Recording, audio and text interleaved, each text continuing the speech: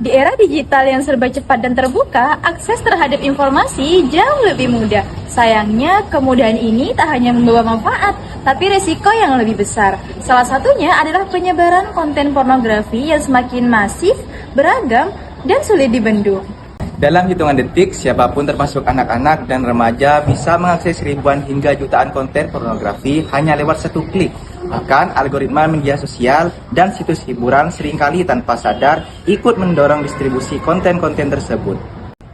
Menko Polhukam mengungkapkan bahwa Indonesia menempati peringkat keempat sebagai negara dengan kasus pornografi anak terbanyak. Data dari National Center for Missing and Exploited Children menunjukkan bahwa selama 4 tahun terakhir terdapat 5.566.000 kasus konten pornografi anak yang terungkap di Indonesia.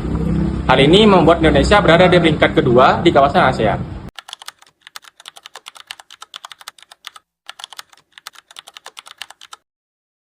Pertama, teranonim dan jarak digital. Dunia digital menciptakan ilusi anonimitas. Pelaku merasa tersembunyi di balik layar sehingga rasa malu dan takut tertangkap berkurang drastis.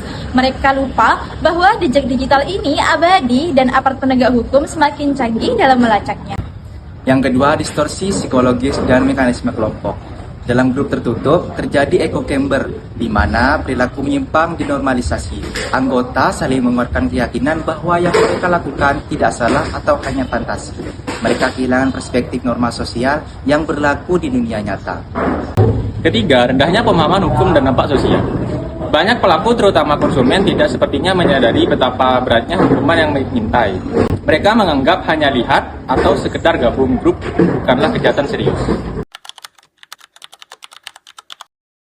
Menurut KUH Pidana Pasal 1, penyidik adalah pejabat polisi negara Republik Indonesia atau pejabat pegawai negeri sipil tertentu yang diberi wewenang khusus oleh undang-undang untuk melakukan penyidikan. Sedangkan penyidikan adalah serangkaian tindakan penyidik dalam hal dan menurut cara yang diatur dalam undang-undang ini untuk mencari serta mengumpulkan bukti yang dengan bukti itu membuat terang tentang tindak pidana yang terjadi dan guna menemukan tersangkanya.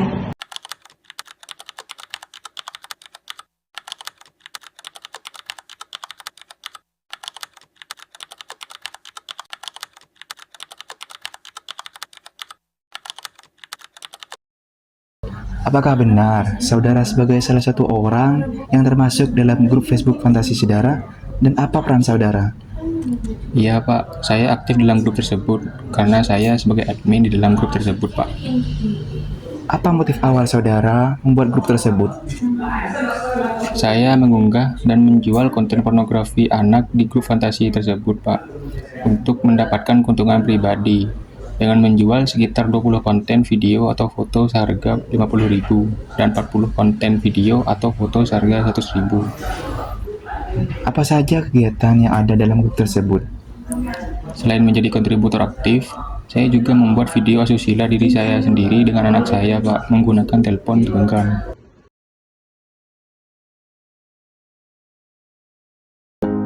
Fenomena seperti ini menunjukkan bahwa tantangan hukum di era digital semakin kompleks.